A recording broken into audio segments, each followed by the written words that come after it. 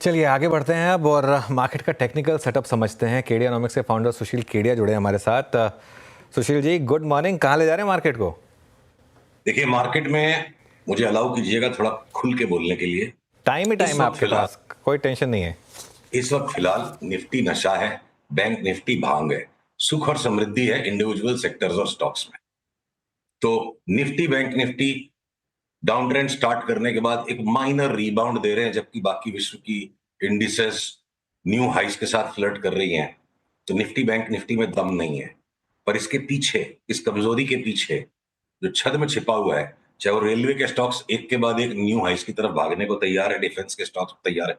याद है अनुज, 4-5 महीने पहले हमने railway, defence, in public sector banks की सबसे मुनाफा लेके टेबल से हट जाते हैं, 30-35% नीचे जब आएगा तब लेंगे। वो भाव भी आ गए और अब इन सब में बाइंग के पैटर्न भी आ गए और एक एक करके सब में ब्रेकआउट हो रहा है। तो आपके प्रथम प्रश्न का सरल उत्तर है, बहुत सारे स्टॉक्स में हम लगातार बाई के सिग्नल्स का एंटिसिपेशन कर करके एक एक को पकड़ते जा रहे हैं। लार्ज कैप्स के अंदर में एक एक करके हम स्टॉक्स को शॉर्ट करते जा रहे हैं। दिवाली का टाइम है सुशील जी, भांग तो होली के टाइम पर डिस्कस करते हैं हम नॉर्मली। इसीलिए तो अनुज मैंने जानबूझ करके भांग कहा ना, हाँ कि भांग नहीं पीनी है दिवाली में। निफ्टी बैंक निफ्टी को छोड़ो, स्टॉक्स में काम करेंगे। हाँ ठीक है, स्टॉक्स में काम करेंगे। चलिए तो फिर स्टॉक स्पेसिफिक चर्चा हो जाए इस समय। F&O के अगर कुछ स्टॉक्स पहले डिस्कस कर सकें, कैश के भी कर लेंगे, लेकिन अगर कुछ F&O स्पेसिफिक स्टॉक्स जो आपके रेडार पर हो। देखिए, F&O के अंदर में ज्यादातर जो लार्ज कैप्स हैं, तो और बहुत ज्यादा कोई चित्र F&O का चेंज नहीं हुआ है।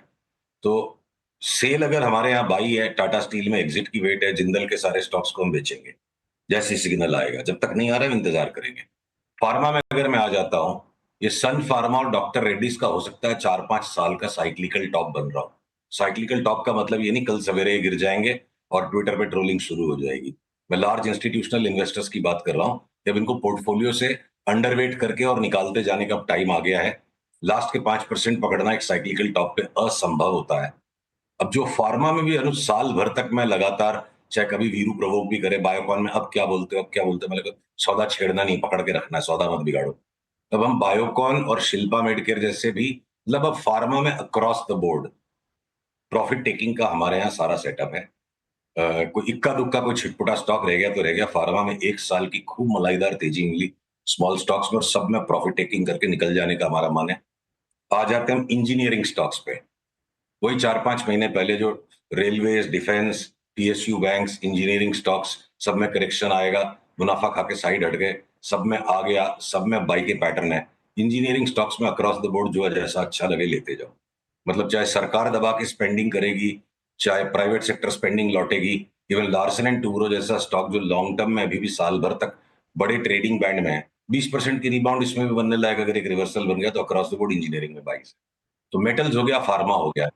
ऑटो जो है बिल्कुल अलग अलग ऑर्बिट्स में चल रहा है। टाटा मोटर्स हम बेचेंगे ही नहीं। और ये हीरो मोटोकॉर्प है या आपके बजाज ऑटो है, बीच बीच में लगेंगे स्टॉप लॉस लगेंगे, पर हमें लार्जर ट्रेंड को पकड़ के चलना है।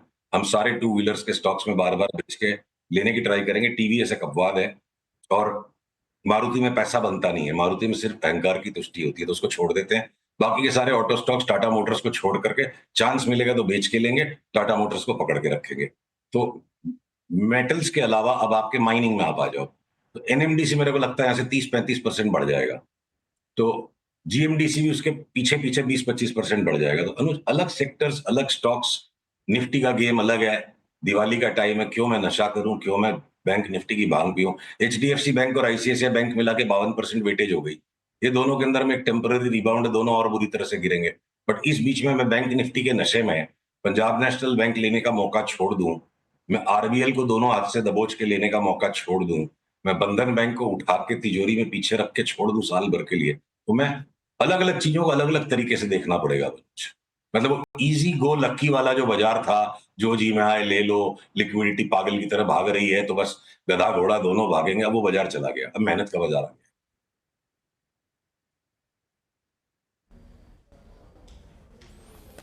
अच्छा सुशील जी, गुड मॉर्निंग, वीरेंद्र बोल रहा हूँ। लास्ट कुछ महीनों के जो इंट्रैक्शन में आपने एक स्टॉक रिकमेंड किया था, बलरामपुर चीनी।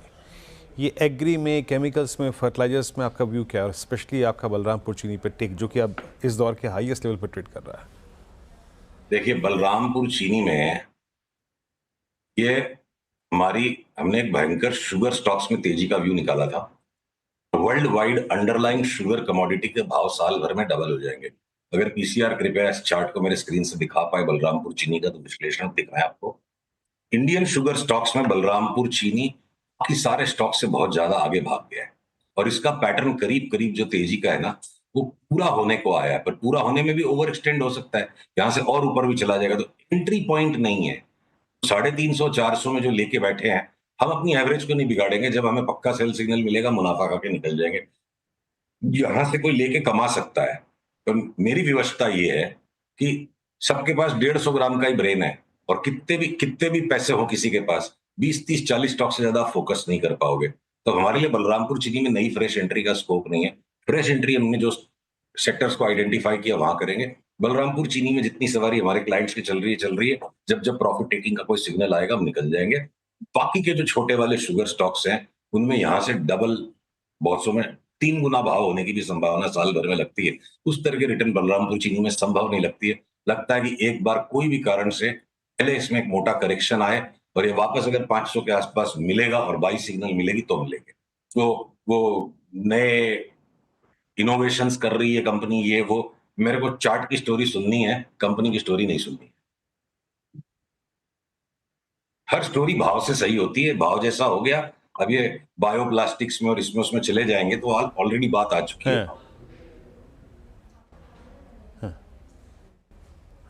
नहीं, वही चार्ट की स्टोरी आपको आईटी में कैसी लग रही है? अब आईटी में जहाँ पे रोज 52 हाई लग रहे हैं, इन्फोसिस ने आज अपना ऑल टाइम हाई क्रिएट किया मिड कैप आईटी में, आपको चार्ट्स पर आईटी क्या कह रहा है इस वक्त? देखिए, मैं अगर अगले 2 घंटे के सौदे को करने की चेष्टा करूंगा, जो मेरी कोर कॉम्पिटेंस नहीं है, तो मैं राइट हो ही नहीं पाऊंगा। आईटी के स्टॉक्स की चार्ट्स का जो सेटअप है, उसमें 3 से 6 महीने के व्यू में हम अभी भी कहीं कोई परिवर्तन नहीं, हम बिल्कुल भी जिद्दत किस्म के लोग नहीं है। जहां जरूरत पड़ती है फटाक से पलट जाते हैं। बिल्कुल टॉप आउट जोन में है सारे स्टॉक्स, और ये लास्ट लास्ट का एक आखिरी छद्म की एक और हाई दिखा के वापस से ल्योरिंग इन हो रही है। पूरे नैस्डैक की धुलाई होने वाली है। खाली यूएस इलेक्शन के कारण अगर थोड़ा बहुत आगे पीछे हो रहा है। अगर एनवीडिया का स्टॉक हमने कॉल निकाला था 50% गिर जाएगा, और 30 उसमें से गिर गया, 25 गिर गया, वापस रीबाउंड है। तो ये खाली ट्रेंड के एंडिंग फेज पे न्यू हाइस को देख करके ल्योर हो जाना मैच्योरिटी नहीं है। हमारे शॉर्ट सेल के सिग्नल कट गए, स्टॉप लॉस लग गया, वापस वेट करेंगे दोबारा सिग्नल मिलेगा। तो जिस समय आईटी के स्टॉक्स का नाम लेना गुनाह था, वहां से हमने 35-40% की रैली का कॉल निकाला और मजे की मलाई खाई। तो जो सिस्टम हमारे लिए काम करता है, हम उसी पे स्टिक करेंगे। और अब मेरे को कोई संकोच नहीं है कि अगले फॉल में कोफोर्स 50% वापस गिरेगा, और ये इन्फोसिस कैसे भाव हो जाएंगे कि आज हंसने वाले हंस सकते हैं, उस दिन याद करेंगे बात को। तो हम अपनी चार्ट की रीडिंग से हटेंगे नहीं। किसी ट्विटर की ट्रोलिंग से या किसी के ओपिनियन से हमारी चार्ट बदलने वाली नहीं। चार्ट बदलेगी उस दिन हम बदल जाएंगे। आईटी में एग्जिट है, एफएमसीजी में भी एग्जिट है। नहीं, खैर ट्रोलिंग से तो खैर अपनी स्ट्रैटेजी कभी बदलनी नहीं चाहिए, ये बात तो मैं आपकी मानता हूँ। अच्छा, एक आखिरी सवाल, ये इतना बड़ा आईपीओ आ रहा है, क्या मार्केट में एक टॉप का रिस्क है? क्योंकि नॉर्मली कई बार होता है जब इतने बड़े आईपीओ आते हैं मार्केट टॉप आउट कर जाता है। ये अनुज, आपने सवाल पूछ लिया, बड़ा अच्छा कर लिया। यही बात मेरे दिमाग में 4 दिन से थी। आज तक के इतिहास में तो जब वो लार्जेस्ट आईपीओ एवर आता है ना, लार्जेस्ट आईपीओ एवर, हर कुछ साल में, हर कुछ साल की तेजी में एक लार्जेस्ट आईपीओ एवर आता है।